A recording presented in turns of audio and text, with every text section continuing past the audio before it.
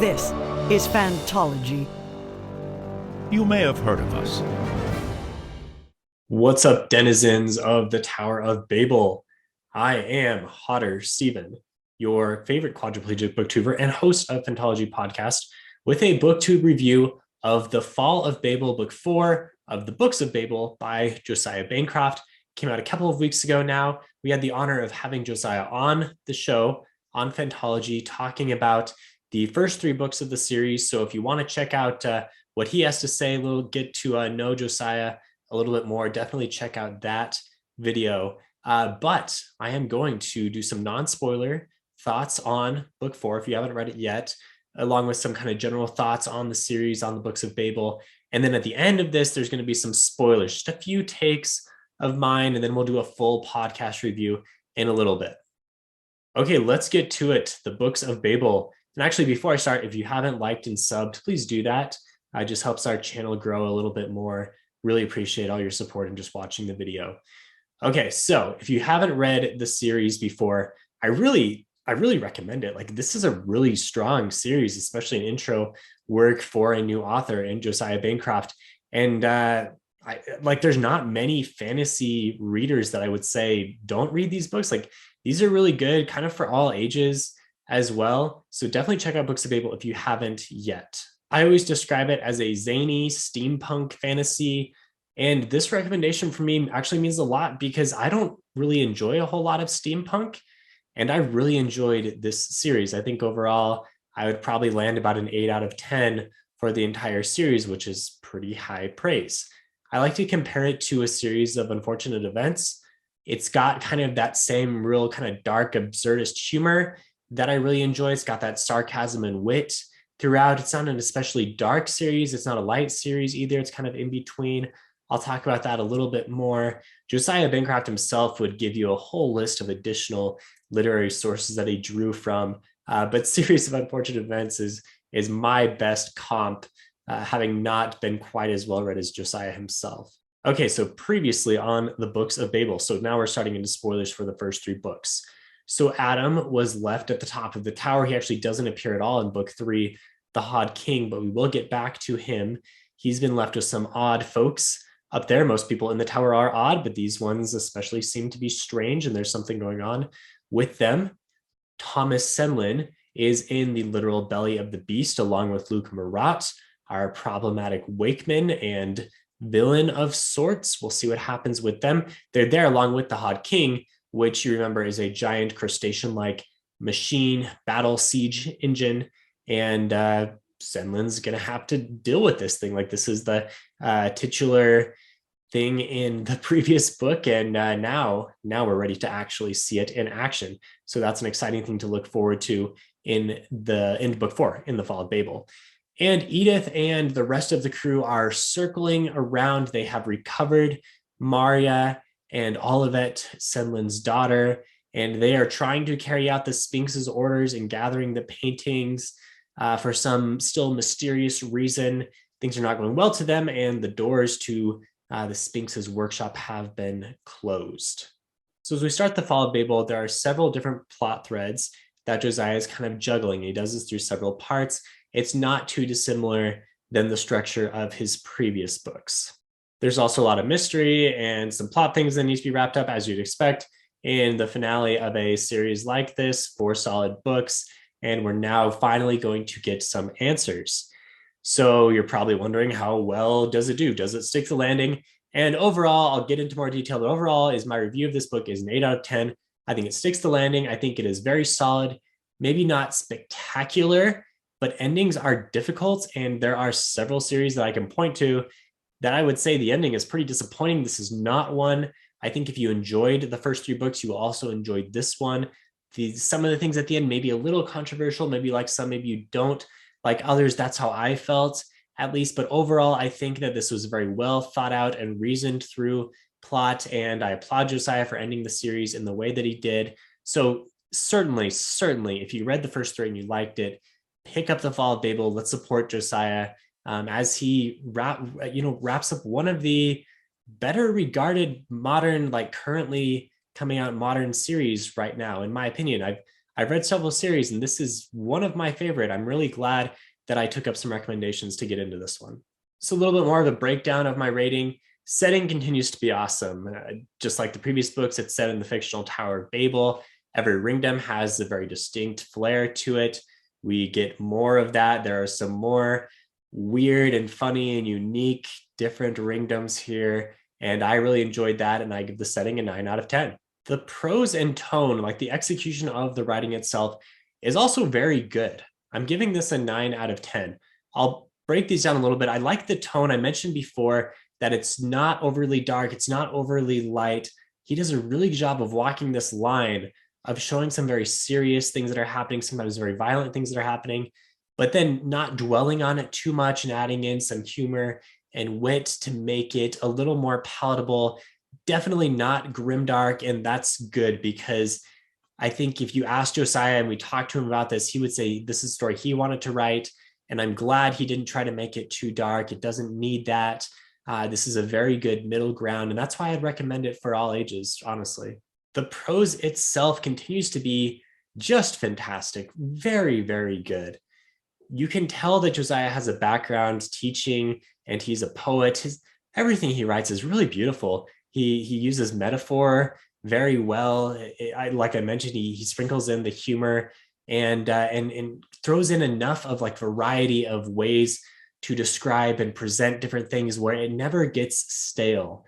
I could just read these books just to hear him describe things.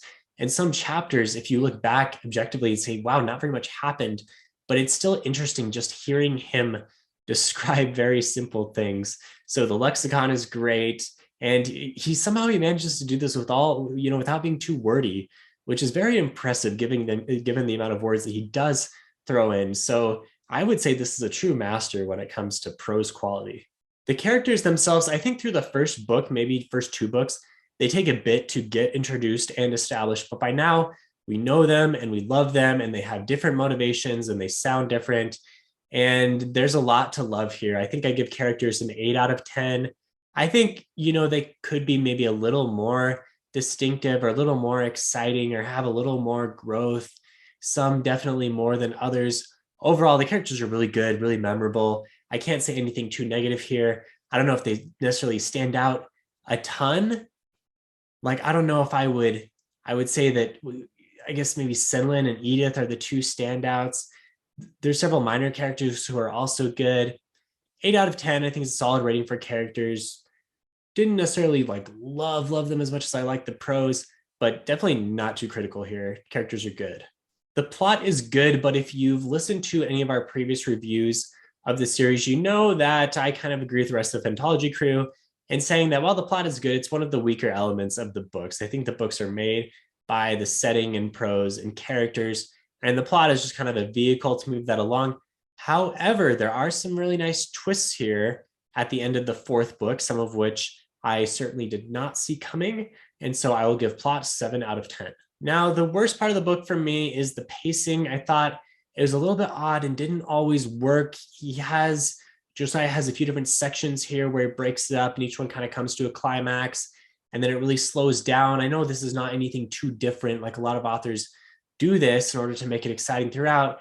But by the time we got to the very end, I wasn't quite there, ready for the final battle. I feel like it just kind of came upon me. I should say the final conflict. I don't want to give anything too much away. So I was okay with it at times. At times I had a bit of an issue with it. It might work for others. I think there will be some who don't complain about this at all. But for me, I would like a little more, maybe lead up to the big things rather than just oh my gosh, they're here. So while at the end, I was reading for a couple hours straight because I couldn't put it down, that pacing was good. I feel like some of the in-between pacing struggled at times. And like I said before, that brings us to an overall rating of 8 out of 10.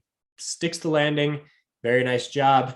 Thank you, Josiah, for writing the series. I really enjoyed it, and I'm looking forward to his next stuff. And if you have not yet read, now's the time to stop. And I will now do a few spoilery type thoughts. Okay, so really just kind of 3 things here. If you want more detail, check out our podcast where we'll talk more about some of these plot points. But the whole Marya, Senlin, Edith love triangle of sorts, I liked it, but also didn't like it at times. I think the thing for me was by the end, like Edith just kind of disappears and the plot takes her away. And well, that's fine. And I was okay with her ending. I thought it was pretty convenient to wrap up the whole love triangle thing. I was okay with the way that Marya and Senlin left it. And I think that this is maybe more divisive.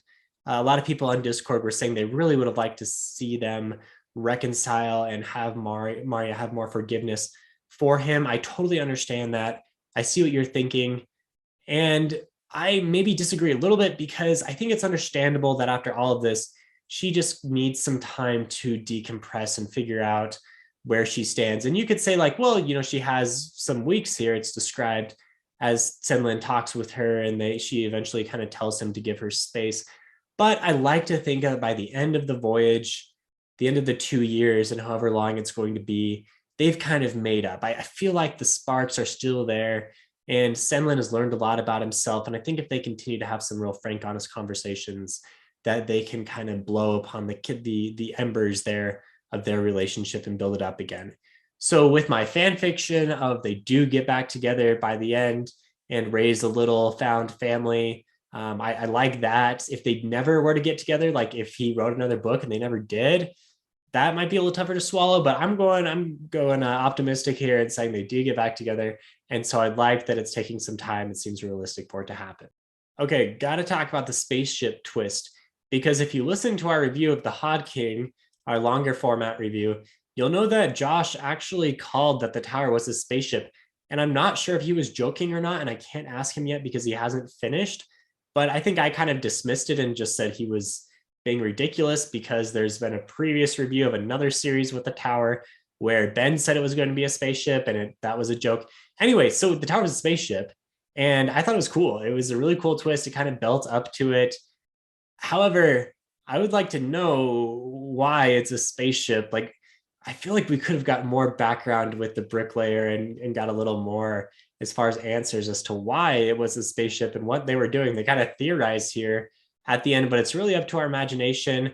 I wonder if part of that is Josiah thinking he may want to write more books eventually, which I'm totally down for. I know right now he's going to a different series, so it may be some time. So while I like the twist, I want answers, but I'm also patient to wait for answers, if that makes sense. So good so far. Jury's out, which is kind of funny to say after the series is complete. Okay, last spoiler thought. The final conflict between Marat and the Wakemen in the Sphinx's lair, I thought was really good. Like, Josiah has gotten better at writing these action scenes.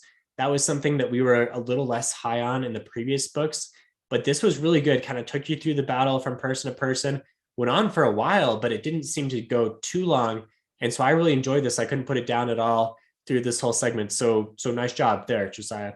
I do think maybe my personal preference is for these action scenes to have less flowery description and be a little more Joe Abercrombie-ish.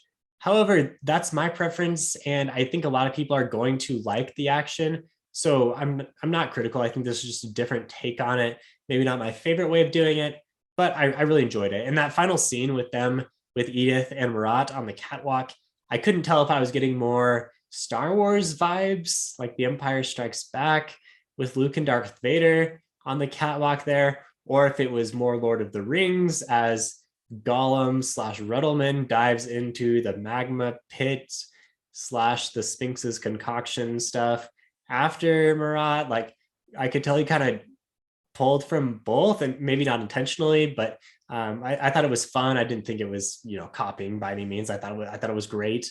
It's nice to pull back some familiar beats that fans are going to be familiar with of the genre. So really well done. All right, that's it for this video. Again, thank you so much, Josiah Bancroft, for writing this series. Really enjoyed it. If you are listening and you haven't purchased the book for some reason, let's support a new voice in the community. I know Josiah did just get a big contract with Orbit for his next series called The Hexologists, which I will certainly be reading. That is exciting, and congratulations to him. And also thank you for Mark Lawrence for helping out a guy like Josiah and bringing this to light. I think he would say, like, he always thanks him first, and he was very, very appreciative of Mark's help in our interview. If you don't know that story, then check out that interview and you can get the whole backstory of the Books of Babel, which is really fascinating and unique. So thanks for watching. If you haven't already, go ahead and sub Phantology and help us out. And until next time, Tower of Babel, citizens of Nebos, take care. See you in a couple of years when you make it to whatever your destination is.